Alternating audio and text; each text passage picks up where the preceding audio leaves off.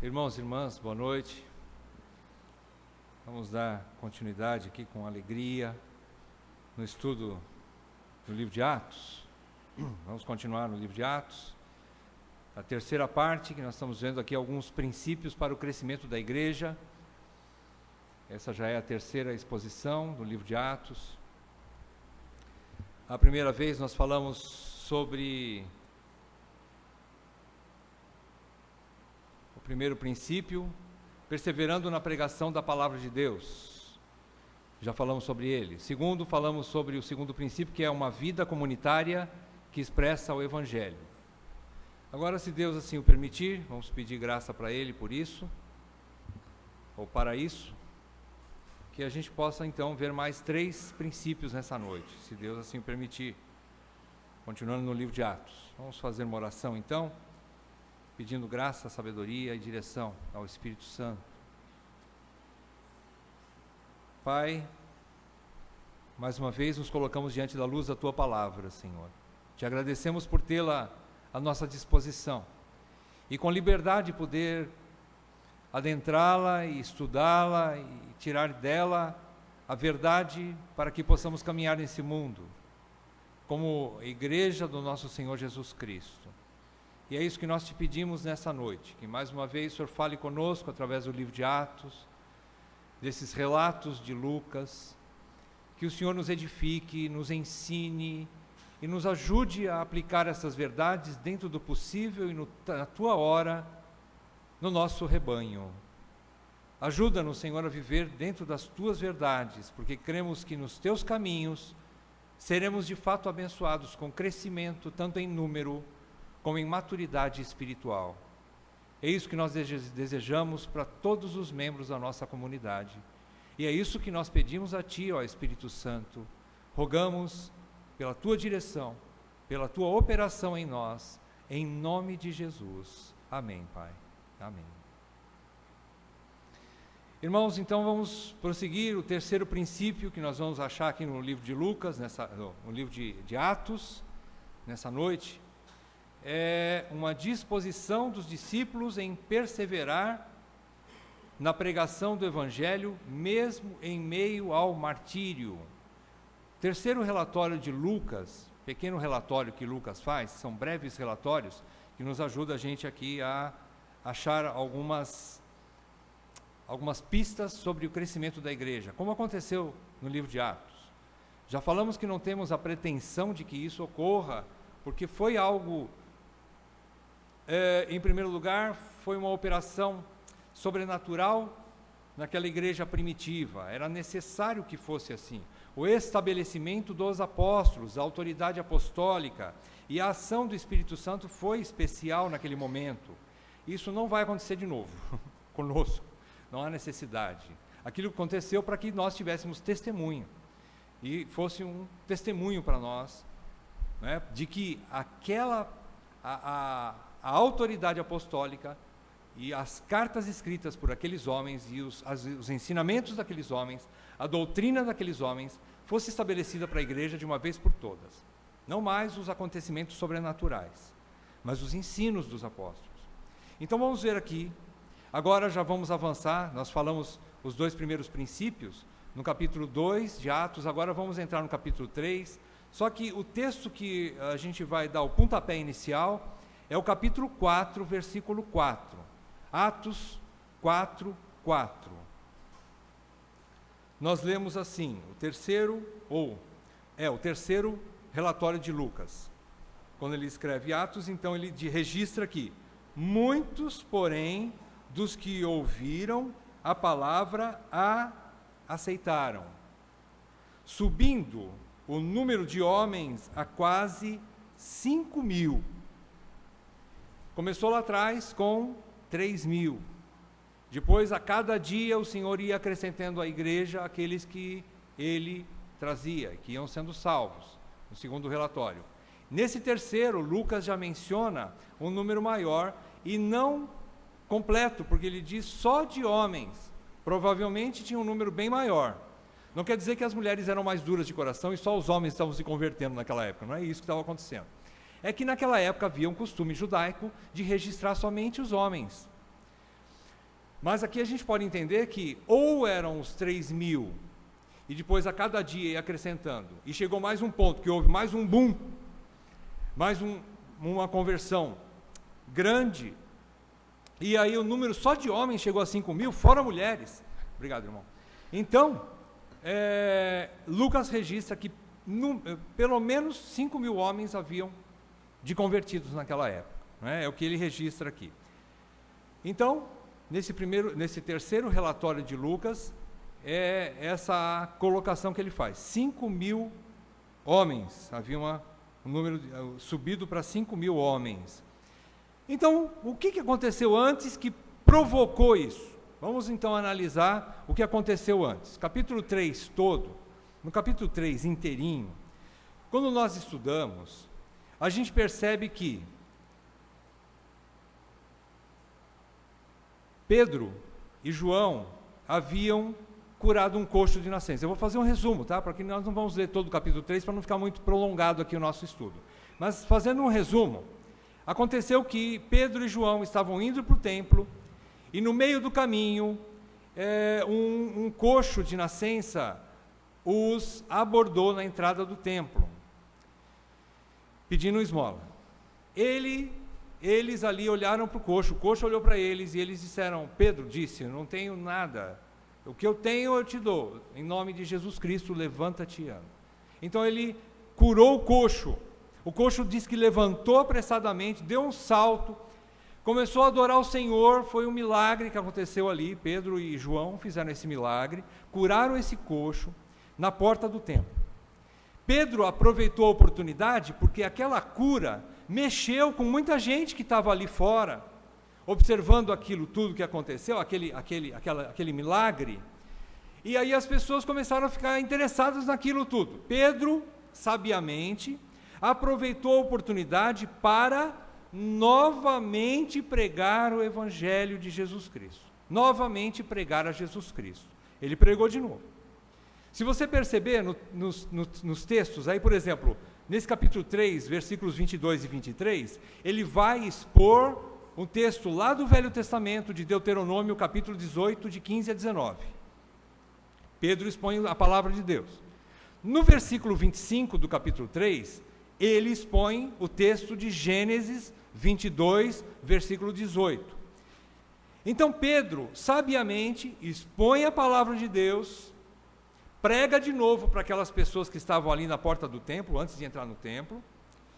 Ele, com muita graça e sabedoria, Pedro aponta para Jesus Cristo, aquilo que ele lê de Moisés lá em Deuteronômio, e ele fala, aquele profeta que Moisés disse que viria um maior do que eu, Moisés havia dito isso para Israel. E Pedro sabiamente fala, então é esse Jesus que é o profeta. Aqui se referiu Moisés lá atrás. Moisés se referiu a Jesus Cristo. Ele aponta para Jesus Cristo. E no segundo texto de Gênesis, quando ele fala que essa é a descendência de Abraão, para quem este profeta foi enviado. Foi por ele, foi por vocês, foi por vocês, israelitas, que esse profeta veio. E fez o que fez. Por causa de vocês, em primeiro lugar, não foi para os gentios. Em primeiro lugar, foi para vocês. Então, Pedro expõe a palavra, explica a palavra e aplica a palavra de novo. Olha só que coisa linda. De novo. Mas acontece alguma coisa a mais aqui, acrescentando. O que é que acontece? Quando houve aquele tumulto, ele aplica a palavra, explica, apontando para Jesus, o Messias, e aplicando para os israelitas descendentes de Abraão. As autoridades, você percebe no comecinho do capítulo 4, ele diz que falavam eles ainda, Pedro e João estavam falando ainda, quando sobrevieram os sacerdotes, o capitão do templo e os saduceus, ressentidos por ensinarem eles o povo e anunciarem em Jesus a ressurreição dentre os mortos. E os prenderam, recolhendo-os ao cárcere, até ao dia seguinte, pois já era tarde. Então, aconteceu algo semelhante ao que Pedro já vinha fazendo, ele vinha pregando, só que aconteceu uma coisa a mais aqui. Aquele tumulto todo e aquele agito que houve na cidade mexeu com as autoridades. As autoridades judaicas para não perder o comando da situação, eles foram para cima de Pedro e João. Pegaram os dois e prenderam. Recolheram os dois. As autoridades, ressentidas com isso, prenderam eles. O interessante é que, ao invés do povo que estava ouvindo Pedro pregar, fugir, os ouvintes aceitaram a palavra, diz o versículo 4 aqui. O medo não tomou conta do coração dos ouvintes. Tanto o poder da pregação de Pedro, a realidade da pregação de Pedro, a aplicação correta, precisa, sábia de Pedro, dos textos que ele expôs, e a aplicação que ele fez aos próprios israelitas, fez com que os irmãos não temessem o que estava acontecendo ali. Eles foram presos, mas os ouvintes aceitaram a palavra de Pedro e se converteram a Jesus Cristo. E aí houve esse novo crescimento da igreja. Irmãos, aqui a gente pode acrescentar alguma coisa mais além da pregação da palavra de Deus, que Pedro vinha fazendo, que é exatamente isso, uma disposição dos discípulos de perseverar na pregação do Evangelho, mesmo em meio ao martírio. Tudo bem, o que isso serve para nós? Você está sendo martirizado? Eu não estou, por causa de viver o Evangelho, não. Em termos. Na verdade, a morte, naquela época, era uma morte física mesmo, o pessoal queria matar, eles estavam sujeitos ao martírio, no sentido de até serem mesmo, de perderem a vida. Nós não estamos vivendo isso hoje no século 21. Mas nós estamos deixando de viver uma vida ressurreta de Jesus Cristo. Nós não estamos, na verdade, querendo morrer para a nossa velha natureza, para dar um bom testemunho do Evangelho. Muitos de nós, irmãos, estamos com dificuldades em viver a realidade de uma vida transformada pelo Evangelho, porque nós não queremos perder a nossa vidinha secular, muitas vezes os nossos relacionamentos seculares. Nós não estamos entregando a nossa vida à cruz, que Jesus diz que aqueles que querem me seguir, antes têm que negar-se a si mesmo, a cada dia, tomar a sua cruz, para poder depois segui-lo, para poder depois viver e ser um discípulo de Jesus Cristo. Irmãos, o século 21 tem produzido muitos crentes, mas infelizmente a grande maioria não nasceu de novo ainda, ou não está vivendo uma vida digna do Evangelho, ou não está disposto a morrer pelo Evangelho. E nós não estamos nem dizendo questão de martírio, nós não estamos querendo mudar de vida, mesmo exposto à verdade do Evangelho, mesmo exposto à luz do Evangelho, nós não estamos muito dispostos ainda a seguir o Evangelho de Jesus Cristo, de entregar a nossa vida, até mesmo de perder algumas coisas em prol do Evangelho de Jesus Cristo. Nós não estamos dispostos a viver uma vida de martírio, para pregar a palavra e viver a palavra, viver o Evangelho de Jesus Cristo. Então, nos falta hoje uma coragem e disposição para assumirmos nossa identidade de crentes em Cristo Jesus, não submetermos às exigências de um sistema pecaminoso e nos envolvermos de fato e de verdade com o Evangelho de Jesus Cristo. Irmãos, nos falta essa coragem ainda, de abrir mãos das nossas vidinhas, não é mesmo? Do nosso conforto, nossa zona de conforto. Nós não estamos dispostos, a igreja do Senhor Jesus Cristo, ela pode estar numerosa em número, grande em número, mas falta ali crescimento espiritual, falta ali entrega, compromisso ou comprometimento com o reino de Deus. Falta isso para a igreja do Senhor Jesus Cristo, e a nossa igreja não é diferente, irmãos. A nossa comunidade não pode deixar de ouvir essas verdades. Todos nós precisamos ser transformados, todos nós precisamos nos render ao Evangelho de Jesus Cristo. Existem áreas das nossas vidas que ainda não foram trabalhadas pela luz da palavra de Deus, e nós não estamos dispostos, porque isso vai trazer comprometimento para nós. Isso pode trazer perdas. Isso pode trazer morte do quê? De alguns relacionamentos, de algumas benfeitorias ou de alguns benefícios que nós temos no mundo. Isso pode nos trazer perdas, irmãos, e nós não estamos dispostos ainda. Então nos falta essa verdade. A ponto de que o irmão Hernandes Dias Lopes, ele colocou uma frase esses dias, né? Ele disponibilizou uma frase para a gente estudar e pensar. Ele diz que há 3 tipos de crentes hoje em dia dentro da igreja. A igreja tem 3 tipos de crente, diz o Hernandes Dias Lopes. O primeiro tipo de crente, ou de crentes, são aqueles que se envergonham do Evangelho. O segundo tipo de crentes são aqueles que são uma vergonha para o Evangelho. E o terceiro tipo de crente, esses sim, são aqueles que não se envergonham do Evangelho. Uma pequena parcela está disposta a ser transformado, a abrir mão do seu conforto pecaminoso, para viver uma vida digna e para ser uma testemunha verdadeira de Jesus Cristo no século 21. Poucos são esses, irmãos. E que Deus nos dê graça de sermos nós, de nós nos arrependermos, irmãos, e voltarmos para Jesus Cristo, arrependidos, aos pés do Senhor, e pedir: Senhor, eu quero ser transformado, eu quero esse compromisso, porque eu entendo que como membro da tua igreja, eu coopero sim para o crescimento da minha igreja local, como membro, e contribuo para a edificação da igreja em vários aspectos. E eu posso ser uma pessoa que não tem vergonha do Evangelho e que vive o Evangelho de modo digno do teu chamado. Então esse é o meu primeiro ponto, o nosso primeiro ponto, ou melhor, o terceiro princípio nessa noite, né? Eles não tinham medo das autoridades, porque o que aconteceu? As autoridades chegaram e não só prenderam Pedro e João, mas o que eles ameaçaram foi para que eles não falassem mais de Jesus Cristo. E eles prontamente disseram: não vamos poder te obedecer. Falaram para a autoridade. Então eles não tiveram medo do martírio.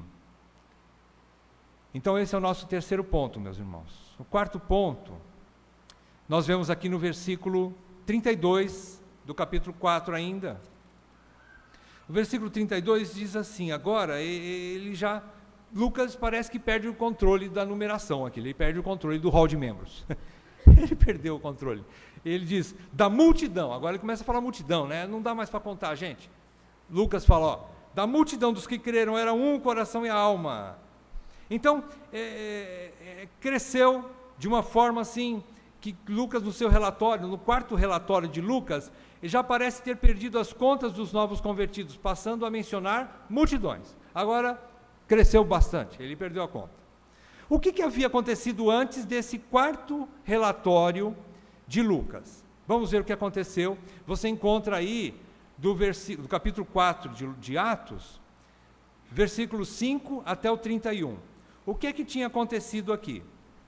Consequência daquela prisão de João e de Pedro, após a prisão de Pedro e João, pelo tumulto ocasionado pela pregação de Pedro e pela cura do coxo, foram interrogados pelas autoridades, anciãos, escribas e pelo sumo sacerdote.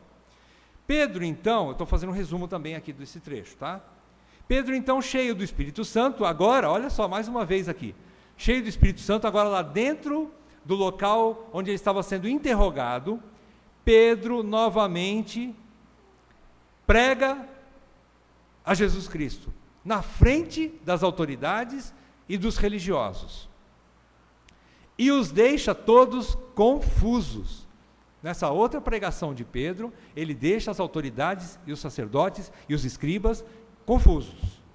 Naquela confusão, e com medo do povo, as autoridades e os religiosos acabaram soltando a Pedro e a João, mas sob ameaças de que não mais falassem nem ensinassem em o nome de Jesus, o que eles rejeitaram prontamente. Aqui sim, agora Pedro e João já respondem para as autoridades. Olha, se você for ver no versículo 19 do capítulo 4, ele diz: mas Pedro e João lhes responderam: julgai se é justo diante de Deus ouvir-vos antes a vós, outros, do que a Deus. Pois nós não podemos deixar de falar das coisas que vimos e ouvimos. Então Pedro diz assim: não, nós não vamos te obedecer, autoridades, nós não vamos obedecer vocês, não tem como. E o que aconteceu então? Eles soltaram Pedro e João. Uma vez soltos, Pedro e João foram até onde a igreja estava reunida em Jerusalém, e após relatar o fato que aconteceu com eles para a igreja em unanimidade orou ao Senhor, pedindo intrepidez para continuarem a anunciar a palavra de Deus, enquanto Deus cuidava dos seus inimigos. Foi a oração deles. Você vê essa oração a partir do versículo 24, né? Até o versículo 31, é a oração da igreja. Agora, olha só, essa oração, eles estavam pedindo intrepidez para continuarem a anunciar a palavra de Deus, enquanto Deus cuidava de seus inimigos. Não pediram nada para si mesmos, bastante diferente da igreja da igreja contemporânea, não é mesmo? Aqui a gente vê, infelizmente, o grande número de evangélicos, primeiramente que eles não oram, né? Eles dão ordem para Deus. Deus passou a ser servo e eles senhores. E eles ordenam a Deus muitas coisas, né? Isso é triste de ouvir, esse tipo de oração. Mas aqui foi muito diferente. Eles estavam pedindo, não para eles, mas eles estavam pedindo intrepidez para continuarem a serem fiéis na pregação do Evangelho. Então, meus irmãos, eles não estão pedindo nada para si mesmos, nem prosperidade, nem saúde. Então, o que entendemos aqui é que o testemunho e a pregação da palavra necessitam de oração. A pregação sem oração, ela pode se tornar morta. Ela precisa ser acompanhada de oração. Para quê? Primeiramente, suplicando a intervenção do Espírito Santo, para que tenham disposição e coragem para continuar pregando. Ou seja, condições para quem prega, condições para quem evangeliza, condições para quem dá o testemunho. Precisamos estar orando para que nós tenhamos essa coragem. Em segundo lugar, orar para que a nossa pregação surta efeito nos ouvintes, para que o Espírito Santo aplique essas verdades aos ouvintes. Então, o nosso quarto princípio aqui é: vivendo em oração incessante, fervorosa e coerente. Existem orações que não são coerentes? Claro. Existem orações que não são coerentes. Coerentes com o quê? Com a vontade de Deus. O Senhor prometeu que todas as orações que forem feitas segundo a sua vontade, Ele nos ouviria. E essa aqui é uma oração que Ele nos ouve. Que Deus continue dando graça para nós falarmos do Evangelho e para nós pedirmos aquilo que lhe agrada, que é continuarmos a servi-lo com fidelidade. É uma oração que o Senhor não rejeitará fatalmente, né? Então, uma vida de oração coerente, incessante. Então entendemos aqui que a oração é importante, não só a pregação, mas também uma vida, a igreja precisa entender e orar, suplicando essa intervenção do Espírito Santo. O quinto princípio, ou o quinto relatório de Lucas, você encontra no capítulo 5 agora, um relatório breve, versículo 14. Ele diz que, e crescia mais e mais a multidão de crentes, agora ele soma tanto homens como mulheres agregados ao Senhor. Versículo 14 do capítulo 5, então, ele já diz o seguinte, que é o quinto relatório de Lucas, que descreve um crescimento de forma geométrica. Não tem mais controle. Cresceu que não tem mais controle, o crescimento da igreja, né? E ele passa a descrever a presença de mulheres com os homens agregados ao Senhor. Então, o que aconteceu antes desse quinto relatório de Lucas? Vamos ver o que aconteceu antes. você encontra do capítulo 4, versículo 33, até o capítulo 5, versículo 13. O que ocorreu aqui antes? Para a gente extrair um novo princípio aqui. Aconteceu o seguinte: os apóstolos continuavam a pregar com poder. A comunidade vivia em amor e compaixão uns com os outros. Agora eles já estavam entendendo que era necessário o serviço de manutenção das necessidades uns dos outros. Ele diz que eles já não tinham mais como suas, exclusivamente suas, nenhuma das coisas que lhes pertenciam, no versículo 32, do capítulo 4. E eles estavam depositando as vendas das suas casas para socorrer os necessitados aos pés dos apóstolos, os valores das vendas das suas propriedades. Barnabé deu um bom testemunho, fazendo isso também, Agora, o que nos chama a atenção aqui, o fato principal aqui nesse momento, foi o fato de um casal chamado Ananias e Safira desejarem participar financeiramente das necessidades da igreja, mas o fizeram com segundas intenções, mentindo ao Espírito Santo, segundo o relato que Pedro nos dá no versículo 3 do capítulo 5. Primeiro relato que ele diz aqui, no versículo 3, primeiro confronto de Pedro sobre o marido, sobre Ananias. E ele então diz: Ananias, por que encheu Satanás teu coração para que mentisses ao Espírito Santo, reservando parte do valor do campo? Conservando-o, porventura, não seria teu? E vendido, não estaria em teu poder? Como, pois, assentaste no coração esse desígnio? Não mentiste aos homens, mas a Deus. O que é que Pedro faz aqui? Ele disciplina Ananias. Ele confronta Ananias.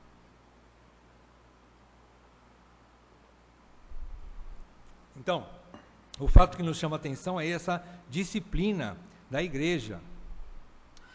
Ele então, com isso Pedro se posiciona firmemente e os exorta com ousadia. Pedro os disciplina, mas o Senhor aplica a colheita pelo pecado deles. E eles então morreram. Vocês já conhecem o texto, não é? Ananias e Safira morrem ali, aos pés de Pedro, aos pés de outros irmãos que estavam ali ajudando Pedro, e eles se mantiveram na mentira. Alguns dizem que eles queriam ofertar, queriam fazer bonito e diante da sua oferta, mas eles disseram quando perguntaram, vocês venderam por tanto? Por tanto. Mas não era verdade. Eles podiam ter falado, não, eu vendi por 100 e eu vou dar só 50, tá? É a verdade. E Pedro fala, não tem problema se eles fizessem isso. E se não tivessem vendido também, não tinha problema também. O problema é mentir para o Espírito Santo, querendo fazer, como que eu posso dizer assim? Queria aparecer diante das pessoas, fazendo algo grandioso em cima de uma mentira. E então Pedro os confronta, os disciplina. E aqui é Deus, na verdade, quem aplica a colheita. Veja bem que não foi Pedro que passou a espada no pescoço dos dois, não foi. Aliás, Pedro foi um pastor, que, como diz Augusto Nicodemos, seria um pastor que hoje ninguém queria na sua igreja, por causa da mentira, já pensou? Ter Pedro numa igreja é terrível, porque a coisa poderia nos levar a uma situação bastante complicada, Pedro não se deixou vender por aquela situação. Então, aqui, o quinto princípio, a gente vê que é aplicando disciplina bíblica coerente também. Coerente, uma disciplina bíblica coerente. A disciplina bíblica coerente pode até produzir temor. Foi o que aconteceu aqui, não foi? Vocês viram que no final aqui, no versículo 11, depois que aconteceu isso com Ananias e Safira, sepultaram os dois. No versículo 11 do capítulo 5, diz que sobreveio grande temor a toda a igreja e a todos quantos ouviram a notícia desses acontecimentos. Não só dentro da igreja, mas fora da igreja. Aquilo foi fantástico. Mexeu com toda a cidade, com toda a redondeza ali. E diz o versículo 12, que muitos sinais e prodígios eram feitos entre o povo pelas mãos dos apóstolos, e costumavam todos reunir-se de comum acordo no pórtico de Salomão. A igreja continuava se reunindo para adoração, para estudar a palavra, para culto. Versículo 13, mas dos restantes, ou seja, aqueles que estavam fora da igreja, ninguém ousava ajuntar-se a eles, porém o povo lhes tributava grande admiração. Por um momento, o povo ficou de longe, só observando. Peraí, o negócio ali é sério. O negócio ali é sério. Tem disciplina, e essa disciplina surte efeito. Ninguém está brincando não. E Deus está com eles lá dentro. E no versículo 14, então, você percebe que crescia mais e mais a multidão de crentes, tanto de homens como de mulheres, agregados ao Senhor. No primeiro momento da disciplina bíblica, pode espirrar muita gente fora. Pode acontecer, meus irmãos. Nós não podemos negar que isso pode ser um fato. Pode acontecer, como provavelmente aconteceu naquela época, ou pelo menos ninguém quis entrar lá dentro. Porque o negócio é sério. Então a disciplina bíblica coerente pode até produzir temor, admiração e certo esvaziamento momentâneo na igreja, mas depois o Senhor mesmo agregará mais pessoas à sua igreja, pois ela está pura, ela está limpa de pecado, e o seu nome, o nome do Senhor, cabeça da igreja, permanece honrado. Quando a disciplina é aplicada, em primeiro lugar, o nome do Senhor é honrado. Isso é fatal. Em segundo lugar, Deus acrescenta vida. Mesmo que demore um tempo, mas Ele vai acrescentar vida. Existe uma chacoalhada que pode tirar alguns para fora. Pode acontecer. Pessoas que não querem uma seriedade com Deus. Podem ser que vão espirrar fora. Quando começa a ver que a coisa é séria, nem todos estão dispostos a encarar essa realidade, essa seriedade. Mas Deus pode acrescentar, porque o seu nome foi honrado, e porque a igreja está preparada para receber novos membros. Em segundo lugar, ou seja, além disso, os membros maduros daquela igreja conseguem discernir que este local verdadeiramente lhes confere segurança, e eles permanecem ali. Irmãos, nós temos que ser maduros para poder discernir uma igreja que fala, mas não vive, uma igreja que fala e vive, e uma igreja que está disposta a continuar falando e vivendo, e que nos dá segurança de permanecer com as nossas famílias lá dentro. Então, existe uma chacoalhada, alguns espirram fora, mas os maduros permanecem, porque entendem que aquilo foi bíblico, aquela disciplina foi necessária, foi coerente, honrou o Senhor da igreja e purificou a igreja. Então, aqueles que querem seriedade com Deus, eles permanecem ali, eles continuam caminhando ali. Então esse é o nosso terceiro princípio. Vamos recapitular. Vamos concluir, então, reafirmando os 3 princípios analisados hoje. Quais são os 3 princípios? Vamos recapitular, reafirmar e encerrar. Em primeiro lugar, a igreja saudável e que cresce tem membros que assumem sua identidade de crente em Cristo diante da sociedade, mesmo com risco de perdas. Ele assume a sua responsabilidade, ele assume a sua identidade, ele assume a sua postura de crente em Cristo Jesus, ainda que isso lhe custe caro. Comparando com o martírio lá atrás, desses primeiros apóstolos e a primeira igreja, nós não estamos passando por uma coisa tão séria assim. Então nos envergonha, às vezes a gente ainda não tem nem coragem de passar por um problema tão menor do que era aquela época, não é? Mas esse é um princípio, irmãos. Nós temos que aprender. A igreja vai dar bom testemunho quando ela resolve, cada membro, e nós estamos falando individualmente. Nós, eu, você, cada um de nós, individualmente, como membro, precisa assumir essa identidade de crente. Precisa assumir sua postura.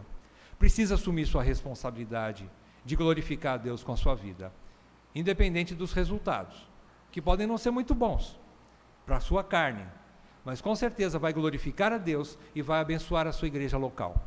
Em segundo lugar, segundo princípio aqui, a igreja saudável e que cresce, ora incessantemente e pede sempre a coisa certa.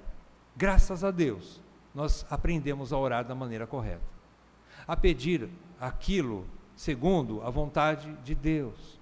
E quando nós não temos certeza se aquilo que nós pedimos é da vontade de Deus, nós até pedimos, não é? Nós aprendemos a orar assim: Senhor, nós te pedimos que o Senhor possa nos abençoar com a área financeira da igreja, e assim que o Senhor possa trazer sustento para dentro do cofre da igreja. Porém, que não seja como nós queremos, mas como Tu queres, Senhor. Não é assim que nós oramos? Nós aprendemos a orar assim, graças a Deus. Então é uma oração coerente. Em terceiro lugar, o terceiro princípio, e encerrando, a igreja saudável e que cresce aplica a disciplina bíblica coerente. Nós sabemos que existem casos que a quem mais é dado, mais é cobrado. Tiago nos ensina que não sejam muitos de vós mestres, porque trarão sobre si maior julgamento. Então, aqueles que estão dispostos a servir ao Senhor na qualidade de mestres, de guias, eles têm sobre si uma responsabilidade redobrada. Ainda assim, nós precisamos de homens assim, que estão dispostos a dar a cara a tapa, não é? Que estão dispostos a serem mesmo julgados de maneira mais difícil, não é? Porque nós precisamos de alguém que nos ensine e abra o caminho para nós seguirmos esses guias, né? São os nossos guias. Nós precisamos de gente assim. E não só os líderes, mas toda a igreja, porque a igreja, em última análise, acaba disciplinando, ela é a supervisora dos seus líderes, ela disciplina os seus líderes, quando necessário. Então a igreja precisa saber aplicar a disciplina coerente. A igreja precisa ser madura para isso, precisa compreender e ajudar os líderes a aplicar a disciplina coerente. E quando isso não está acontecendo, a igreja precisa confrontar. A igreja precisa questionar o presbitério, chega: meu irmão, eu estou sabendo disso, vai averiguar, porque alguma coisa está cheirando mal, alguma coisa está azeda lá na Babilônia. Nós precisamos analisar. Então, meus irmãos, é lógico, tem que ter base bíblica, você tem que ter coerência com base bíblica, não é? Para que você faça isso, e é necessário que se faça. Então, quando se aplica a disciplina bíblica coerente, a igreja cresce sim, a igreja amadurece, os membros que estão dentro aprendem, cai um temor na vida da igreja. A primeira coisa é isso, cai um temor na vida da igreja, cai um temor naqueles que estão sabendo de tudo que acontece lá fora, porque não tem como você querer resguardar a verdade. Deus tem os seus caminhos, a verdade é exposta, e o Senhor agrega a gente à igreja. Na sequência é isso que acontece. Esperamos isso, né, do nosso pequeno rebanho, esperamos isso, né? Esperamos essa coerência. Então esses são mais 3 princípios, já temos 5 então, chegamos ao 5º princípio, aqui no livro de Atos. Se Deus assim permitir, até o final do mês, ou até antes, a gente termina os outros 5, são 10. E depois nós vamos fazer uma conclusão bastante interessante, que nós vamos poder ver, no fundo de cada um desses princípios, o que está trazendo como base para tudo isso. E é muito maravilhoso nós vermos isso. E isso nos ajuda a gente entender a preciosidade dos princípios de Deus, e Deus abençoa quando esses princípios são praticados. Deus abençoa o seu povo. Amém? Vamos fazer uma oração? Pai, nós te agradecemos pela tua palavra que instrui, pela tua verdade, Senhor, que cai sobre nossas vidas, e pedimos, Pai, que a luz da tua palavra continue nos guiando em toda a verdade, que o teu Espírito nos leve pela luz da tua palavra, Senhor, para que nunca venhamos a perder o referencial como igreja, porque cremos que este rebanho é a igreja, uma igreja do Senhor, uma igreja local, onde o Senhor se afeiçoou em nos reunir, é um aprisco de Jesus Cristo, nosso pastor. Então pedimos que o Senhor continue nos guiando através da luz da tua palavra, Senhor, e nos ajude a aplicar essas verdades também como rebanho. E em cada um dos nossos irmãos nessa noite, dá que todos nós possamos entender esses princípios e auxiliarmos, à medida do possível, cada um de nós, na edificação desta comunidade. Senhor, que cada um de nós sejamos participantes efetivos e frutíferos deste rebanho. E se em algum desses princípios nós estejamos falhando, dá que também nós possamos nos arrepender. Que a luz da tua palavra caia sobre nós nessa noite, e que possamos nos arrepender dos nossos maus caminhos, e voltando para ti, nos convertendo dos nossos maus caminhos, que nós possamos nos apegar a ti de novo, Jesus Cristo, como o nosso único pastor verdadeiro, e desejarmos, Senhor, te servirmos com alegria, com disposição e com fidelidade. Nós te pedimos tudo isso, com esperança, pelo bem do nosso rebanho, e para a glória do teu nome, pedimos em nome de Jesus Cristo. Amém. Amém.